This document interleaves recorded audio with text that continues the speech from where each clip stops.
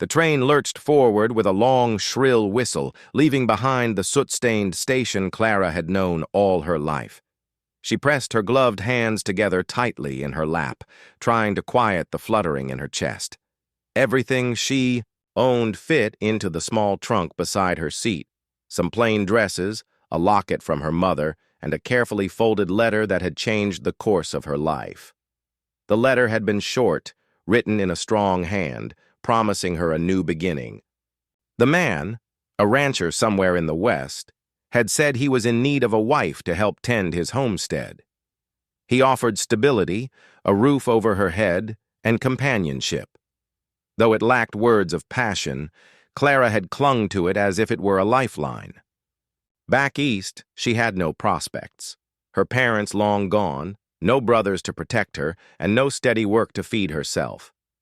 She had lived too long in boarding houses and kitchens where people looked right through her, as though she were invisible. So when the opportunity for marriage by correspondence arose, Clara had accepted, more out of desperation than romantic hope. As the wheels clattered along the tracks, she stared out the window at rolling fields giving way to harsher landscapes.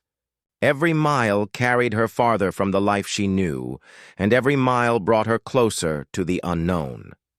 She imagined her new husband, perhaps tall, perhaps rugged, perhaps as lonely as she felt.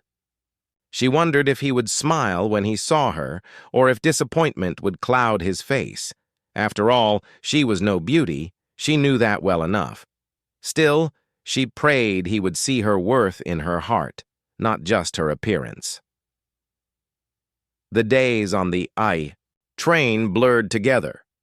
Passengers came and went, miners smelling of coal dust, women clutching babies, farmers with their wide-brimmed hats.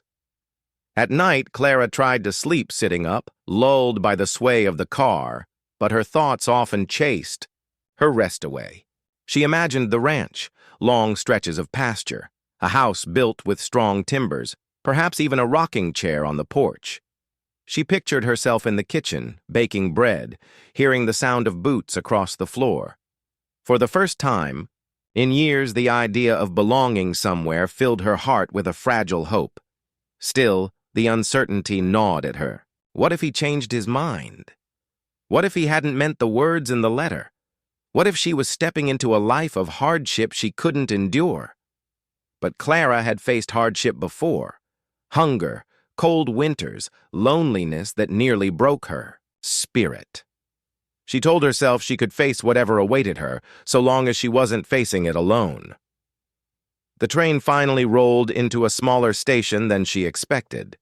It wasn't the bustling town she had imagined, but a windswept place where the prairie seemed to swallow the horizon. A handful of buildings clustered near the tracks: general store, livery, a saloon with faded paint. She clutched her trunk handle and stepped down onto the wooden platform, her boots clicking softly. Her heart raced as she scanned the crowd, searching for a man holding a hat or perhaps a sign with her name. But no one approached. She waited, her breath quickening. One by one, the passengers dispersed. Families reunited, men hailed wagons, children tugged at mothers' skirts. Soon the platform emptied, leaving Clara standing alone in the open air, the wind tugging at her bonnet strings. She swallowed hard, trying to gather courage. Perhaps he was late. Perhaps he had been delayed by cattle or weather. Surely he would come. She set her trunk near her feet and folded her hands once more, determined to wait. As the train pulled away, its whistle echoing into the wide prairie, Clara realized she was stranded in a strange town with no familiar face. For the first time since the journey began, her hope trembled. Had she gotten off at the wrong stop? Or worse, had her letter been nothing more than a cruel mistake? And yet, as she stood there, lost and uncertain, Clara could not know that her path was about to cross with someone entirely unexpected, someone who would change the course of her life more profoundly than any letter ever could. Clara stood on the platform as the last echoes of the departing train faded into the horizon. The town around her felt strangely still, as though it were holding its breath. Dust swirled at her skirts in the prairie wind, carrying with it the mingled scents of horses, hay, and wood smoke. She pulled her shawl tighter, glancing around for any sign of the man who was supposed to meet her. But no one came. She tried to steady her thoughts. Surely there was some reasonable explanation. Perhaps his wagon had broken down on the road. Perhaps cattle had gotten loose and he'd been forced to handle the matter before making the trip to town. Ranch life was unpredictable. She had heard as much. Yet as minutes ticked by and faces passed her with curious stares, her optimism began to falter. The station itself was no more than a small shack with peeling paint and a wooden bench. A weathered sign leaned crookedly on its post, announcing the town's name, Dry Creek Junction. Clara unfolded the crumpled letter from her reticule and read it again, tracing the words with her eyes. The letter had instructed her to disembark at Dry Creek Station. Was this the same place? Or had she misread, disembarking one stop too soon or too late? A wave of panic rose in her chest. She approached the station master, a grizzled man with spectacles perched low on his nose, and asked timidly, "Excuse me, sir, is this Dry Creek Station?" The man glanced at her, then chuckled, shaking his head. "No, miss. This here's Dry Creek Junction. Station's another 20 miles west, next stop down the line. You must have gotten off too early." Clara's face drained of color. 20 miles. The train was already gone, its smoke a faint blur against the sky. She had no money for another ticket and no way of catching up.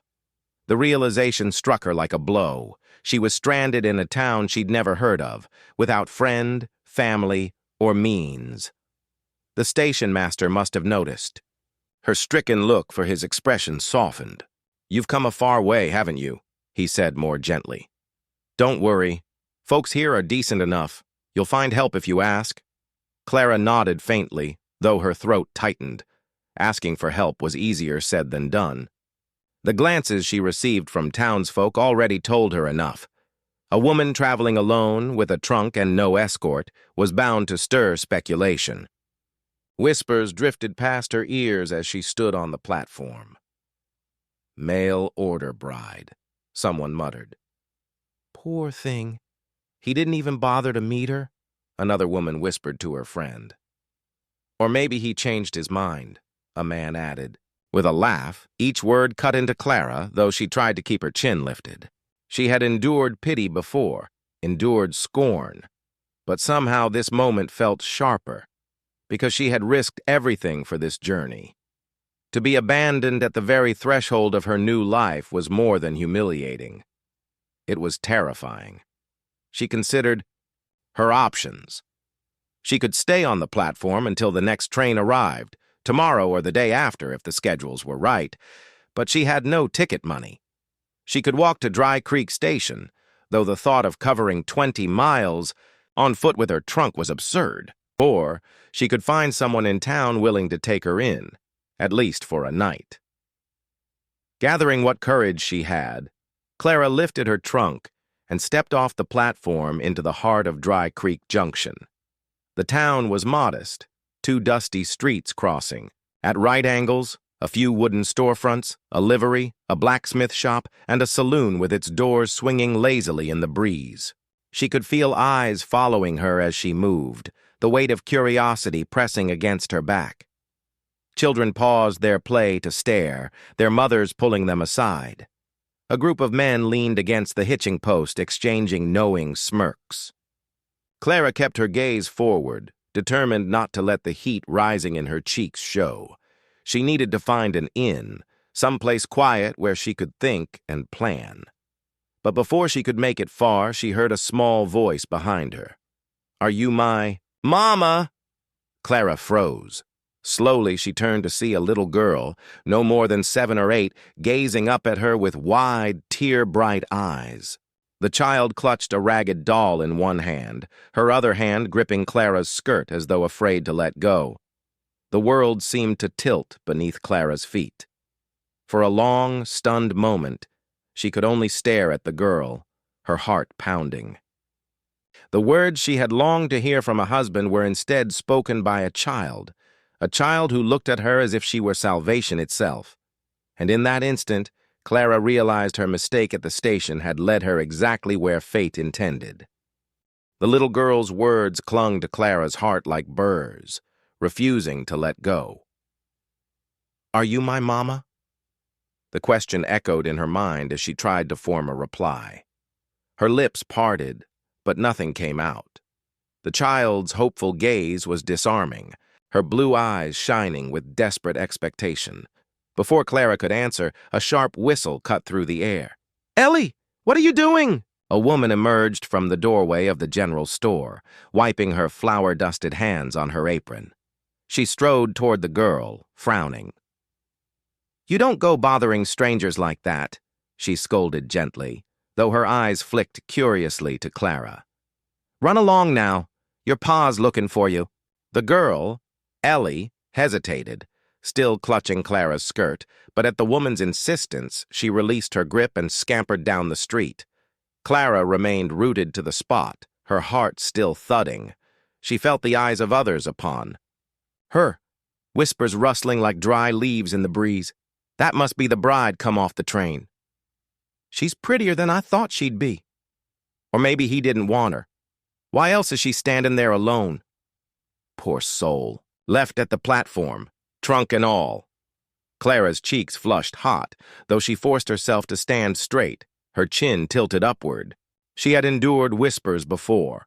When her parents died, when she worked as a seamstress in the city, when she finally agreed to a marriage by letter.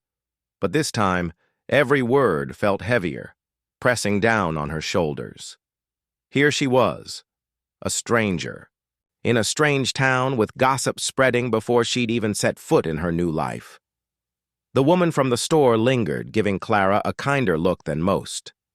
"You must be tired from your travels. The boarding house is just across the street.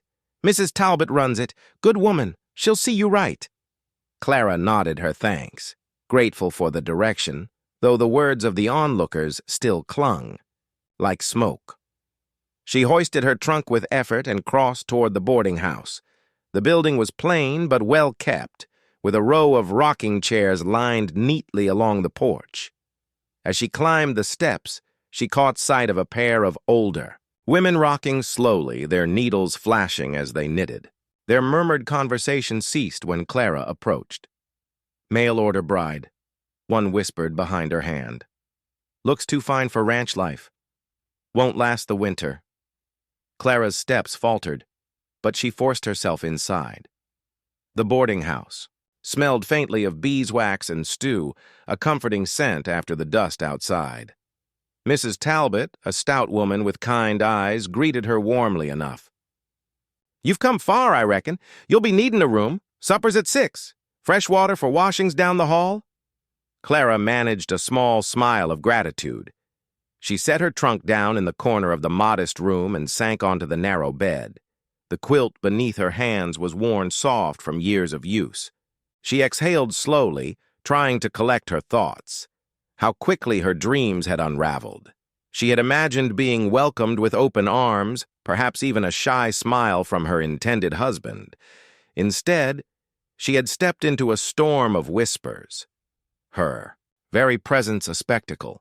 The rancher who was supposed to claim her had not come. Worse, she wasn't even in the right town. But what unsettled her most was not the whispers, nor the wrong stop. It was the look in little Ellie's eyes. That desperate hope had pierced Clara deeper than any gossip. The child had spoken as if she truly believed Clara belonged to her, as if fate itself had delivered Clara into her life. Clara rose and went to the small window overlooking the street. The town bustled in its quiet way, men unloading supplies, women carrying baskets, children darting between wagons. But she felt apart from it all, as though watching through glass at a world that was not hers. Perhaps it never would be. Still, she couldn't ignore the tug she felt inside, the pull toward that little girl. She had not known Ellie, yet the child's words stirred something long buried in Clara. The longing to be wanted, to belong, to be more than a woman passing unseen through life. The whispers of strangers were cruel, but the whisper of a child's heart was powerful. Clara didn't know yet what it meant, but she sensed her journey was far from over. Fate, it seemed, had more in store for her than a missed stop and a gossiping town. And soon, she would come face to face with the man whose daughter had already claimed her in innocence and tears. The evening shadows stretched long across the dusty street when Clara left the boarding house. Though Mrs. Talbot had been kind enough, Clara couldn't sit idle in her small room, stewing in doubts and whispers. She needed air. She needed clarity.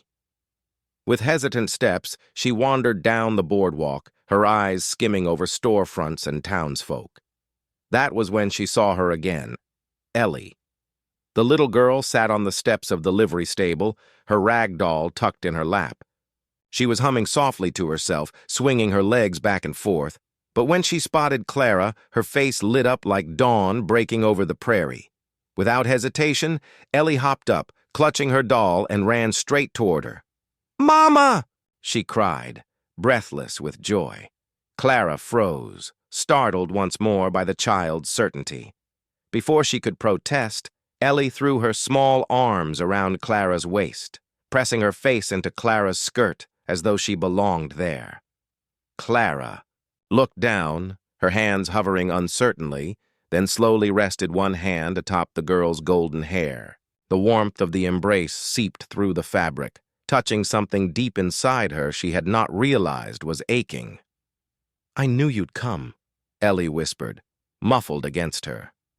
"I prayed and prayed." Clara's throat tightened. She crouched down so she was eye level with the child.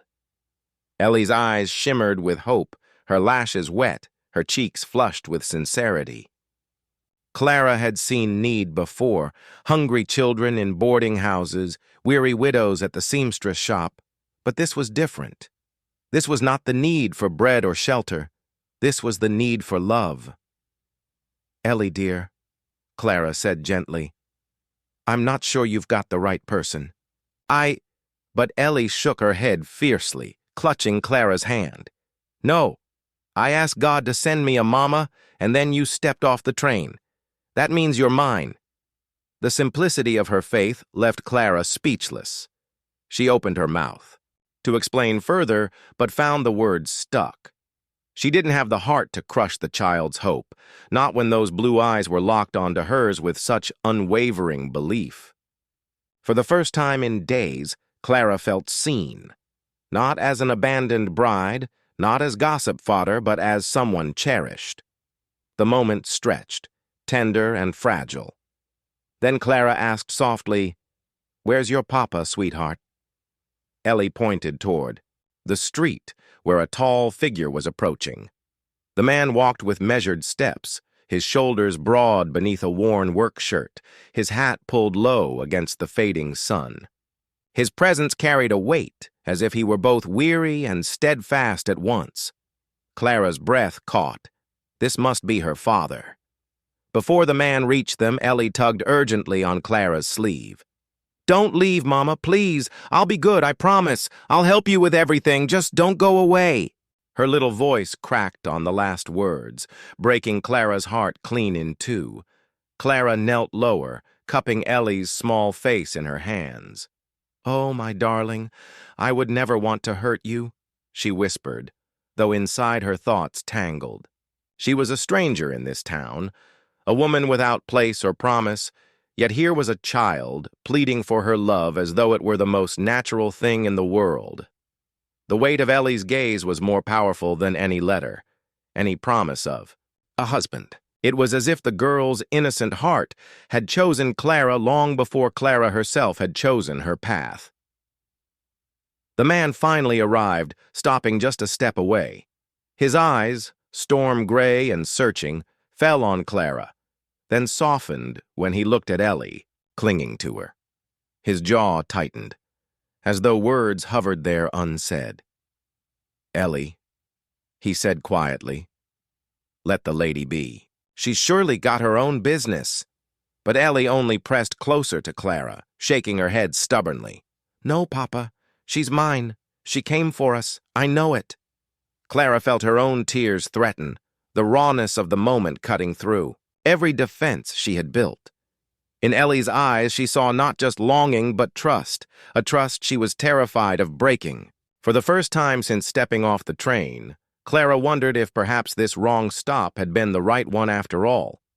The child's gaze held her captive, a silent plea shimmering in those tearful eyes. And though Clara could not yet speak, her answer aloud, her heart whispered it all the same. "I see you, little one, and I will not leave you unseen." The man's shadow fell across Clara as the last rays of sunlight glinted off the brim of his hat. He stopped just short of her and Ellie, his stance solid, protective, yet cautious, as though measuring the scene before him. Clara rose slowly, from her crouch, her hands still resting lightly on Ellie's shoulders. The child beamed up at him. "Papa, this is her. This is my mama. She came." Her father's jaw tightened, and Clara saw a flicker of something in his gray eyes. A mix of surprise, wariness, and perhaps a trace of weariness carved by long days under the sun. He removed his hat, running a hand through his dark hair, then inclined his head politely toward Clara. "Ma'am," he said, his voice low and even, "I hope my daughter hasn't troubled you. She can be spirited." Clara's lips parted, but words didn't come at once. She was still struck by his presence, rugged, yes, but not unkind. His shirt sleeves were rolled to his elbows, revealing strong, weathered arms. Dust clung to his boots, and a faint line of exhaustion marked his brow. Yet despite his stern appearance, his eyes softened whenever they fell on Ellie. "She hasn't troubled me," Clara managed at last, her voice gentle. "She only startled me." Ellie pressed closer, tugging at Clara's hand. "She's not a stranger, Papa. I prayed for her. God sent her to us." Her father's gaze flicked sharply to his daughter, then back to Clara. For a heartbeat, the air between them felt taut, filled with unspoken questions. Clara, sensing the tension, bent slightly to Ellie. "Why don't you run along inside?" "For a moment, sweetheart? I think your papa would like a word with me." Ellie frowned, reluctant to leave, but at her father's nod she obeyed, skipping reluctantly toward the livery stable's porch. Only when she was out of earshot did the man turn his full attention to Clara. "My name's Daniel Whitaker," he said, offering his hand briefly, almost stiffly. Clara placed her gloved fingers in his palm, and though his grip was firm, it carried no unnecessary force. He released her quickly, as if wary of overstepping. "I'm Clara," she said quietly, unsure how much of her story to reveal at once. His eyes searched hers. "Clara," he repeated, as though trying the name on his tongue. "I reckon you're new to these parts. Can't imagine how my daughter came to think you were her mother." Clara glanced toward Ellie, who now sat hugging her doll on the porch, steps, watching them intently. "I don't know either," she admitted softly. "But she seems convinced." Daniel's jaw worked, as though he were grinding unspoken words between his teeth. Finally, he exhaled, his voice steady. "Ellie's been without her mother for 2 years now. She's young, but she remembers more than I wish she did. Ever since, well, she asks God for a mama near every night." His voice cracked faintly before he cleared it. "Seems she's gone and decided you're the answer to her prayers." Clara's chest tightened. She had guessed at hardship, but hearing it confirmed gave weight to the sorrow etched in his features. He carried his grief quietly, as men like him often did, but it was there nonetheless, plain as day. "I'm sorry for your loss," Clara said softly. Daniel nodded once, his expression unreadable. Then his eyes hardened slightly. "I don't know your story, Miss Clara, but I'll thank you not to encourage my daughter's fancies. She's a child and she's fragile." The words stung, though Clara knew he meant them as protection, not insult. Still, she couldn't ignore the way Ellie had clung to her, the way her tiny hand had trembled in hers. "I would never hurt her," Clara said, her voice steady but quiet. "She came to me. I didn't seek her out."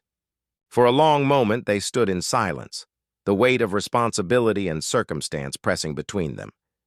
Then Daniel tipped his hat back onto his head. "You're staying at Mrs. Talbot's, I reckon?" "Yes." "Good. She's decent folk. I won't keep you then. But if Ellie comes around again, don't mind her too much. She's just reaching for something she misses." His voice softened at the last words, betraying a tenderness he tried to guard. Clara nodded, though. A part of her wished to say more, that Ellie wasn't the only one reaching. But the words stuck fast. She only watched as Daniel called his daughter, lifting her up into his arms as if she weighed nothing. Ellie clung to him, but her gaze never left Clara, filled with silent longing. As the pair walked away down the dusty street, Clara's heart ached with a strange mixture of sorrow and pull. She had lost her intended at the wrong station, yet somehow she had stumbled upon a child who looked at her as though she were salvation, and a father who carried more burden than he would admit. And though Daniel Whitaker had not sought her, Clara felt with startling clarity that their lives had already entwined. The next morning dawned crisp and golden, sunlight spilling across the plains like a promise Clara wasn't sure she could trust.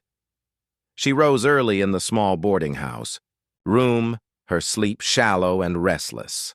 All through the night, Ellie's tearful plea, "Don't leave, Mama," echoed in her ears, and Daniel's guarded gray eyes haunted her, steady as stone yet shadowed with loss.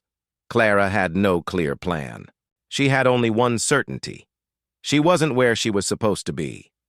Her letter had named Dry Creek Station as her destination, not this little junction town. If she was to find the man who had written her, the man who was meant to be her husband, she would have to find a way there. Yet the thought of leaving tugged painfully, as though she were tearing herself from a bond already formed. When she came downstairs for breakfast, Mrs. Talbot handed her a steaming cup of coffee. "You've stirred up quite the talk already," the landlady remarked with a wry smile. "But don't mind it. Folks here thrive on gossip. It's just the way of small towns. Best thing you can do is hold your head high." Clara murmured her thanks, though her cheeks warmed. Before she could sit, the door swung open and in bounded Ellie, hair flying, doll clutched tight. She made straight for Clara, ignoring the amused glances of boarders at their tables. "Mama! I knew I'd find you!" she declared, throwing her arms around Clara's waist. Clara knelt to hug her gently, but her heart pinched. "Sweetheart, you mustn't call me that. People will misunderstand." "But you are," Ellie whispered stubbornly. "I told Papa you came from the train because I wrote you. I wrote and asked for you to come." Clara froze. Slowly, she drew back to study the child's face. "You wrote me?" Ellie nodded vigorously. "Well, I tried. I told Mrs. McCready next door what I wanted, and she helped me put the words. We sent it to the newspaper, like people do when they want brides." The truth fell like a hammer, shattering Clara's fragile expectations. The letter, the one she had read over and over on her journey west, had not been written by a lonely rancher at all. It had been penned by a little girl longing for a mother, her breath caught. "Ellie, did your papa know about this?" The child shook her head, her curls bouncing. "No, I wanted it to be a surprise. He works so hard and he's always tired. He needed someone to help him smile again. So I asked God first. Then I asked you. And you came." Clara's knees weakened, and she sank onto a chair, the cup of coffee trembling in her hands. She had traveled halfway across the country chasing the promise of a husband, only to discover that the promise had been born of a child's innocent scheme. Just then, Daniel himself appeared in the doorway. His hat was in his hand, and his eyes fell immediately on Ellie clinging to Clara. His jaw tightened. "Ellie," he said sternly, "what did I tell you about running off without asking?" Ellie shrank, but didn't let go of Clara's skirt. "I was just visiting Mama." Daniel's gaze flicked to Clara, stormy and conflicted, before settling on his daughter again. "She is not your mama," he said firmly. "You can't just decide such things." Clara rose, setting the coffee aside. "Mr. Whitaker," she said quietly, "perhaps you should know. Your daughter told me she wrote the letter." The silence that followed was sharp enough to cut.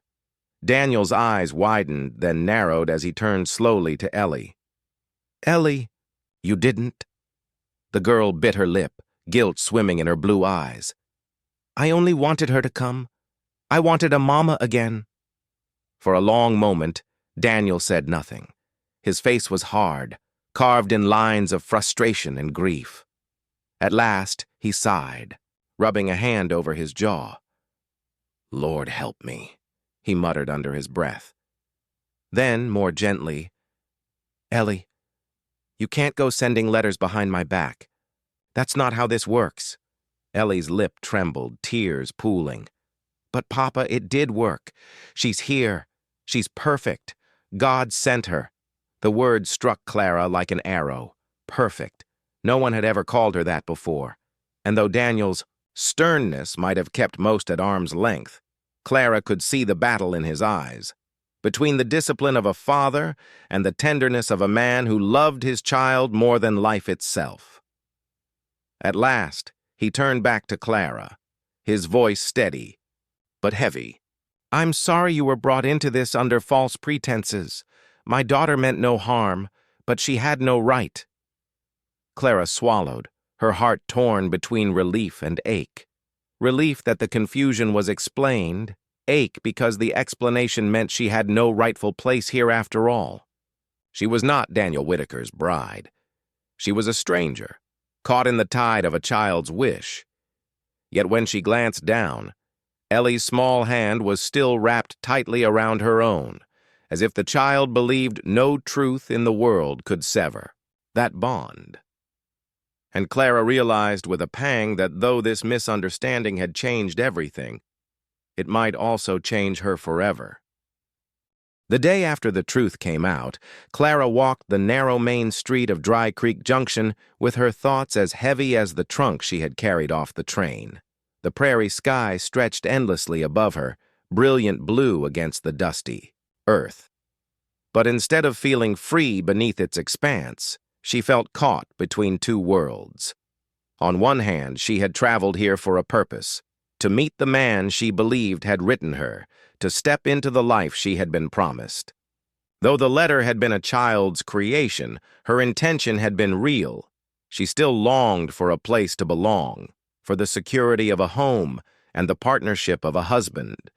The logical choice was to find a way to Dry Creek Station, to seek out her true destination. And yet every time she considered leaving, Ellie's tearful eyes rose in her memory. The girl had not let go of her hand since that first meeting, not truly. Even when Daniel pulled her gently away, Ellie's gaze followed. Clara with aching hope. To leave now felt like abandoning a child who had already chosen her, heart and soul. That evening, Clara found herself back at the boarding house window, staring out at the town bathed in the rose-gold glow of sunset. Daniel's words echoed in her ears. "I'm sorry you were brought into this under false pretenses." He had been respectful, even gentle, but the message was clear. She was not welcome in his household, not as a wife, not even as a fixture.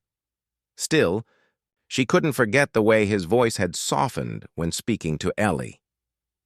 Beneath his stern exterior, Daniel Whitaker was a man devoted to his child, carrying his grief quietly but faithfully.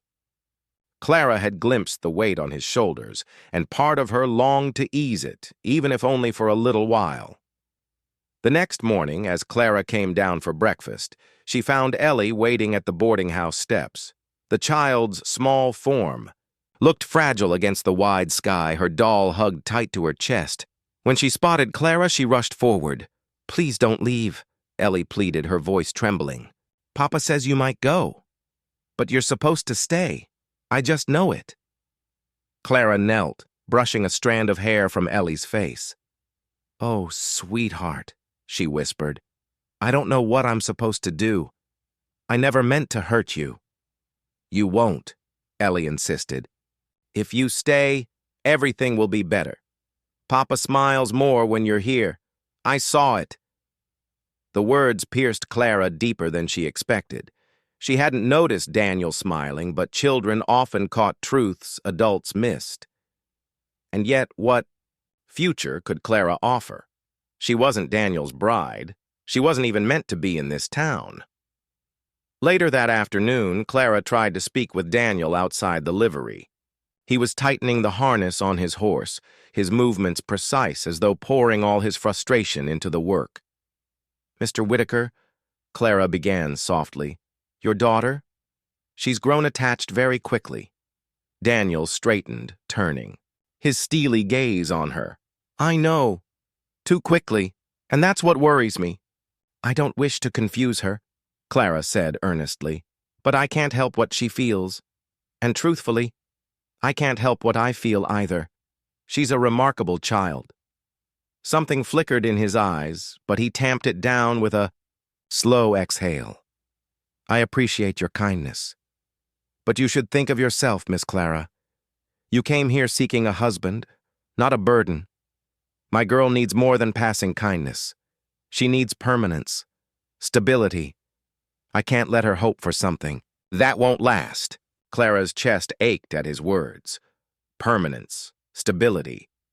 Weren't those the very things she sought as well? And yet, she had no assurance to offer.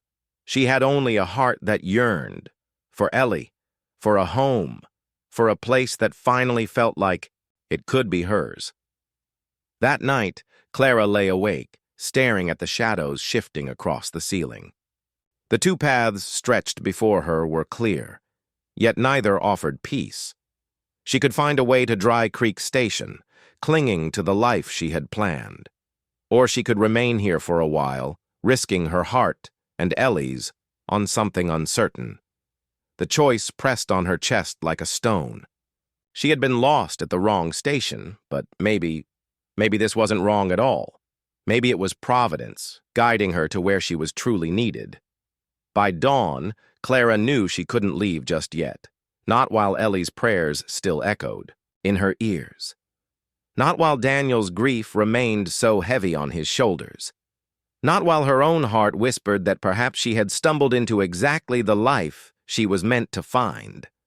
The morning Clara stepped onto the Whitaker ranch, a mixture of trepidation and determination coursed through her. She had resolved to stay, at least for a little while, until she could sort out what her future might hold.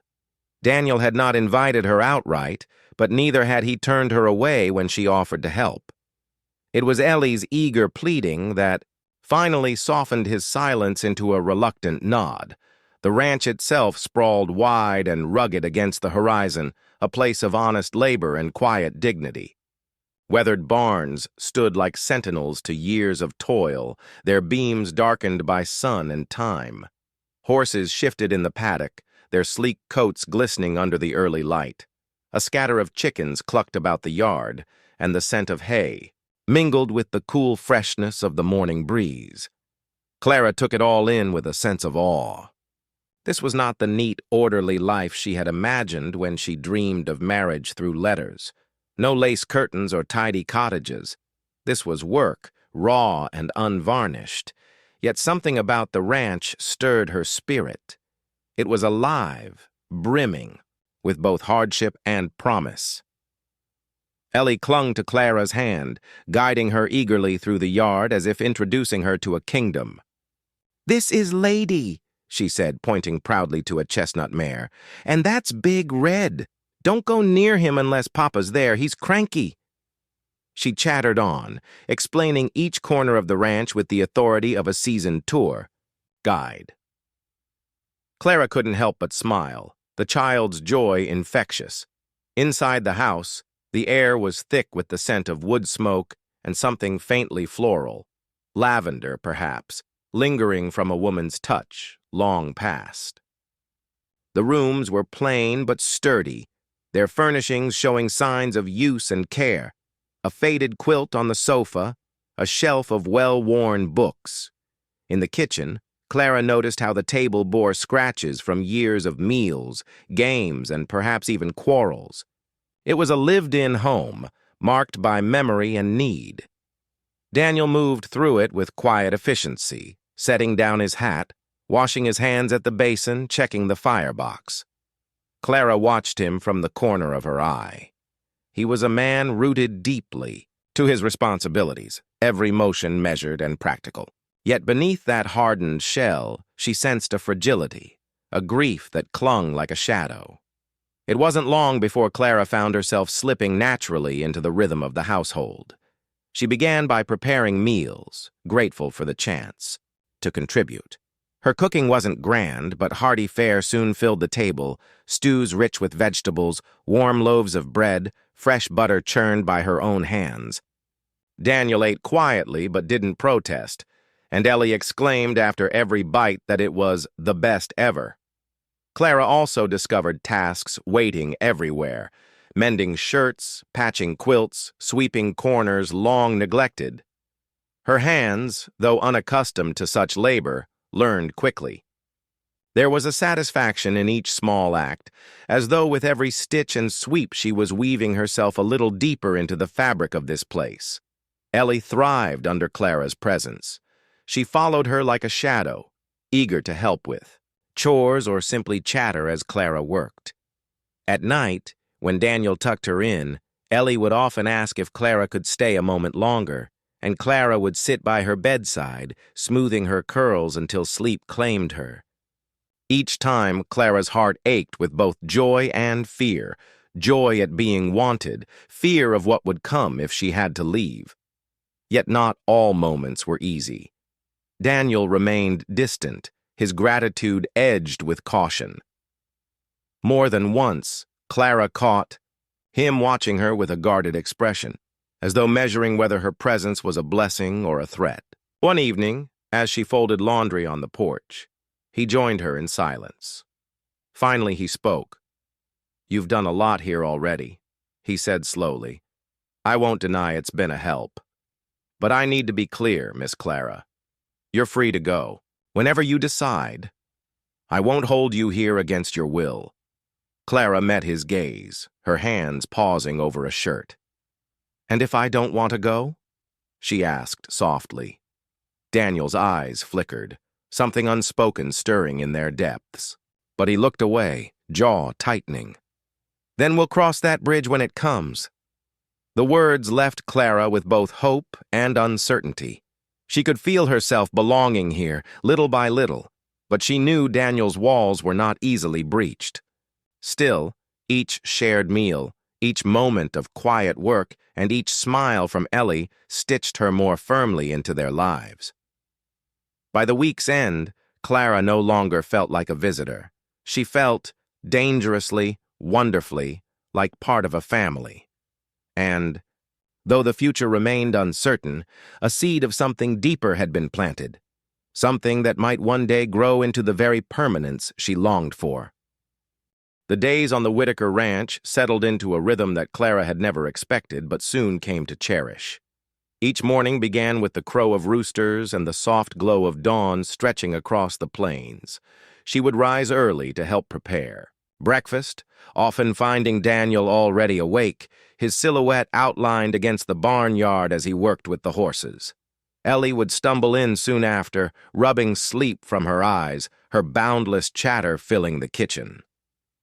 At first, Daniel's manner toward Clara remained formal, polite but reserved.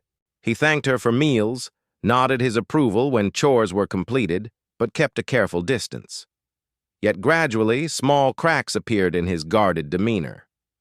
One evening, as they sat at the table, he asked her, without prompting, about her family back east. Clara shared little pieces, her parents' deaths, the loneliness that had pressed her to answer a mail-order bride advertisement. For the first time, Daniel listened intently, his expression softening. "I can understand loneliness," he admitted quietly, his eyes dropping to his plate. "After my wife passed, this house felt like an empty shell. If it weren't for Ellie, I might have given up trying." The vulnerability in his voice surprised Clara. It wasn't just grief, it was confession. In that moment, she glimpsed the man beneath the armor, carrying his burdens with quiet strength but not without cost. In turn, Daniel began to notice Clara's resilience. Though she had arrived by mistake, she faced every task with determination. She wasn't afraid to roll up her sleeves, whether it was hauling water, wrangling chickens, or learning to knead bread the way his late wife had once done. One afternoon, he watched as she showed Ellie how to mend a doll's dress, her head bent close to the child's, laughter spilling from them both. Something inside him stirred, something he hadn't felt in years. Their moments together grew, less stiff, more natural. Daniel started asking for her opinion on small matters around the ranch, whether to plant beans by the fence line, how much sugar to trade for at the general store. Clara offered her thoughts with humility, and he found himself appreciating her practicality as much as her warmth. There were lighter moments, too. One day, as Clara tried to carry a bucket of water across the yard, she stumbled in the mud, sending a splash straight onto Daniel's boots. Mortified, she gasped apologies, but to her astonishment, he laughed, an honest, unguarded laugh that lit his face in a way she had never seen before. The sound was like sunlight breaking through storm, clouds, and she found herself laughing too, her embarrassment melting into joy. Ellie noticed the changes as well. She became bolder in her declarations, telling anyone who would listen that Mama was here to stay. Once at supper, she announced, "Papa smiles more now because of you, Clara." Daniel coughed into his cup, flustered, while Clara's cheeks burned. But secretly she couldn't deny the truth of it. Still, shadows lingered. Daniel wrestled with guilt, unsure if allowing Clara into their lives dishonored the memory of his late wife. And Clara battled her own doubts. She had come west seeking one life, but had stumbled into another. Was it wrong to want this? To let herself grow attached when she was not Daniel's intended bride? One evening, as the sun dipped low and painted, the sky in streaks of crimson and gold, Clara stood on the porch, gazing out at the wide expanse of land. Daniel joined her, his presence steady and grounding. For a while, they said nothing, simply watching the horizon together. Finally, he spoke. "You've brought something back into this place," he said quietly. "Something I thought was gone for good." Clara turned to him, her heart tightening. "And what's that?" "Hope," he replied, his voice rough with emotion. Their eyes met, and for a fleeting moment the unspoken stretched between them, something tender, fragile, but real. Clara's breath caught, and she looked away, afraid to let her heart run ahead of itself. But the warmth in Daniel's words lingered, wrapping around her like a promise she dared not name. As the days turned into weeks, the bonds between the three of them deepened, weaving a tapestry of shared laughter, quiet companionship, and growing trust.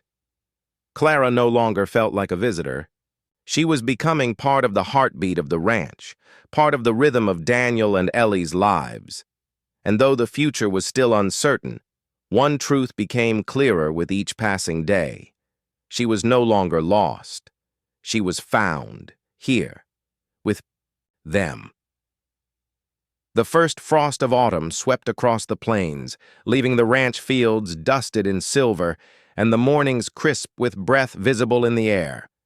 Clara had been with Daniel and Ellie for weeks now, yet each day still felt like a gift she wasn't sure she deserved.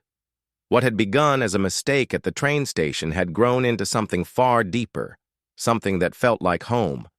But Clara knew she could not linger in uncertainty forever. The original plan that had carried her west still tugged at her conscience. Somewhere out there, perhaps, a man still waited for the bride he had requested. And yet, when she considered leaving, her heart rebelled. For in Ellie's laughter and Daniel's steady presence, she had found more than she had ever hoped to find. One Sunday morning, Daniel hitched the wagon, and they rode together into town for church. Clara sat in the seat beside Ellie, who proudly clutched her hand the entire way. Whispers followed them as they entered the chapel, curious glances from townsfolk who had heard the gossip of a mail-order bride gone astray. But Clara kept her chin high, buoyed by Ellie's warmth and Daniel's quiet strength beside her.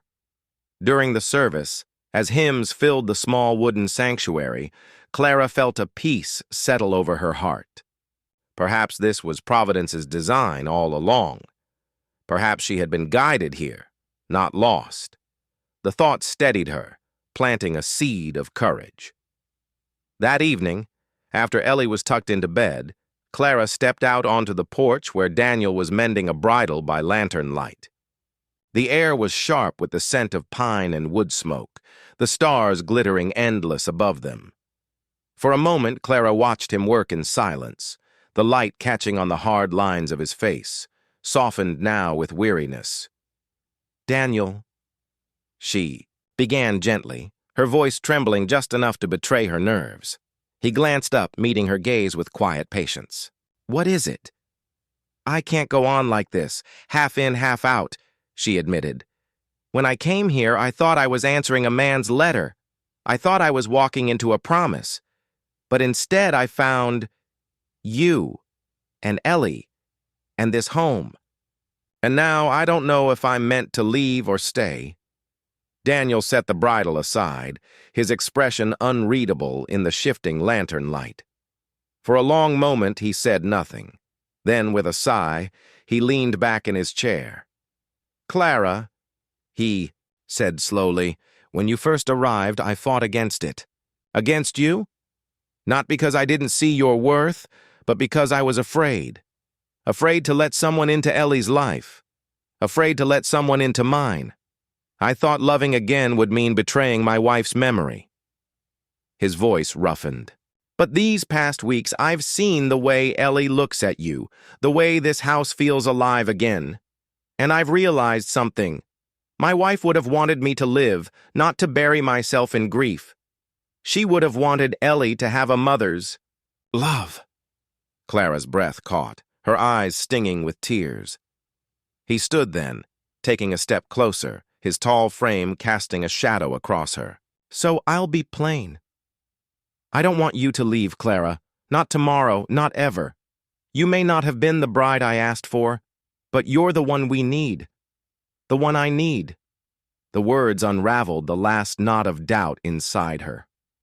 Clara pressed a trembling hand to her lips, overwhelmed. For the first time since her parents' passing, she felt entirely chosen, not out of duty or desperation, but out of love.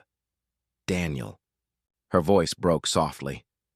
"Are you asking me to stay? Truly stay?" He reached for her hand, calloused fingers enveloping hers with surprising gentleness. "I'm asking you to be my wife, to be Ellie's mother, to be part of this family we've already begun to build together." Tears spilled freely down Clara's cheeks, but her smile shone through them. "Yes," she whispered, her heart certain. "Yes, I'll stay.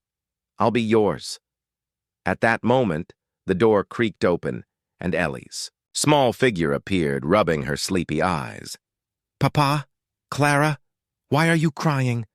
Clara knelt, opening her arms. "These are happy tears, sweetheart. Your papa just asked me to stay." Ellie's eyes widened, then lit up like dawn. She flung herself into Clara's embrace, laughter bubbling from her. "I knew it! I told God, and He listened!" Daniel crouched beside them, wrapping his arms around both. For the first time, their three hearts beat as one, bound not by chance or mistake, but by love chosen and affirmed. From that night on, Clara no longer thought of herself as lost. She was exactly where she was meant to be, on the ranch with Daniel and Ellie, forging a family out of grace, hope, and second chances.